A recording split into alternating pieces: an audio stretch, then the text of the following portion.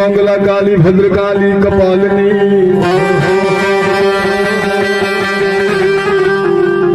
दुर्गा क्षमा शिवा धात्री स्वाहा स्वधा नमस्तुते।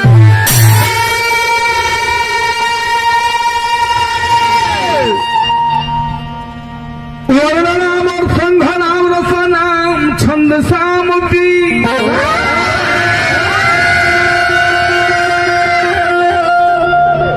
मंगल नाम चौकर तरो वंदे बड़ी विनायक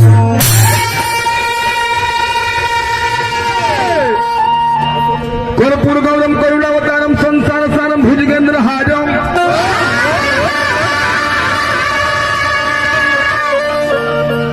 सदा वसंतम हृदयारविंदे भवन भवानी सहित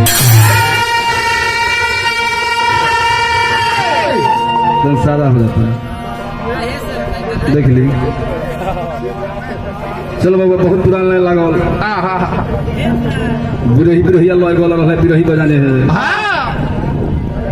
लागल कि माई हम जो मुअली कि मार मरल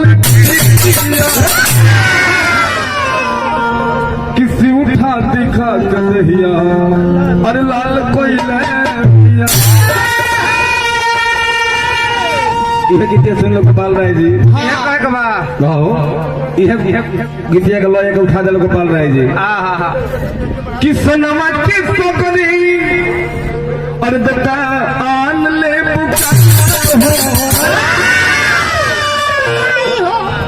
कि बोला हमर सुगली अरे परान ले भूखा एहे लय के सहारा लय को बर्तन होला ओ बर्तन में रोका रखत है अपन बदी फेंट बा लगा बउआ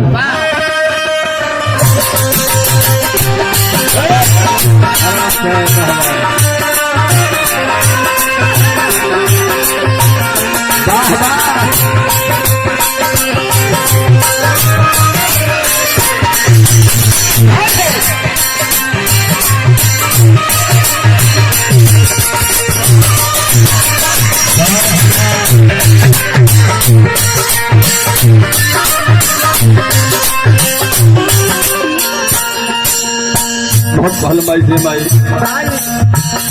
बीड़ा वाली माई के पुकार करिला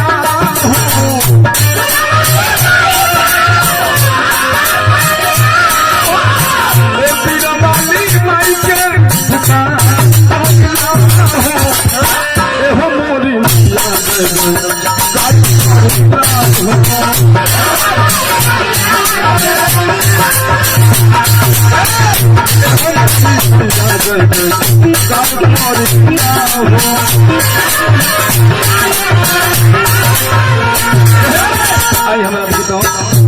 भैया हमारा हाथी कॉलोनी और फिर बात